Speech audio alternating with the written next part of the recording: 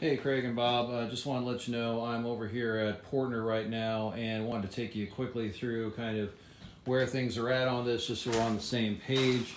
Obviously demo's been progressing. That's like the fourth load to get it on out. But so you can see right here, this is kind of where the bathroom is at right now. The floor is also, or rather it was going to come out, but I want to ask a question about that. This floor,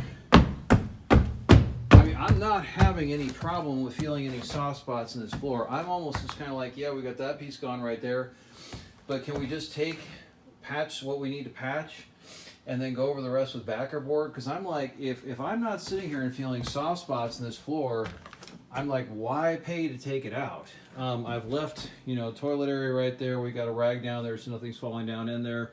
We've got all this still up here, ceiling. Left that up there so we have some light bar over here. But for all intents and purposes, I think we're pretty much ready. Going to get the supplies over here that we need. This is what I'm seeing around the window here. I think we're just going to do a fake shutter on the outside, scratch the frosting of it.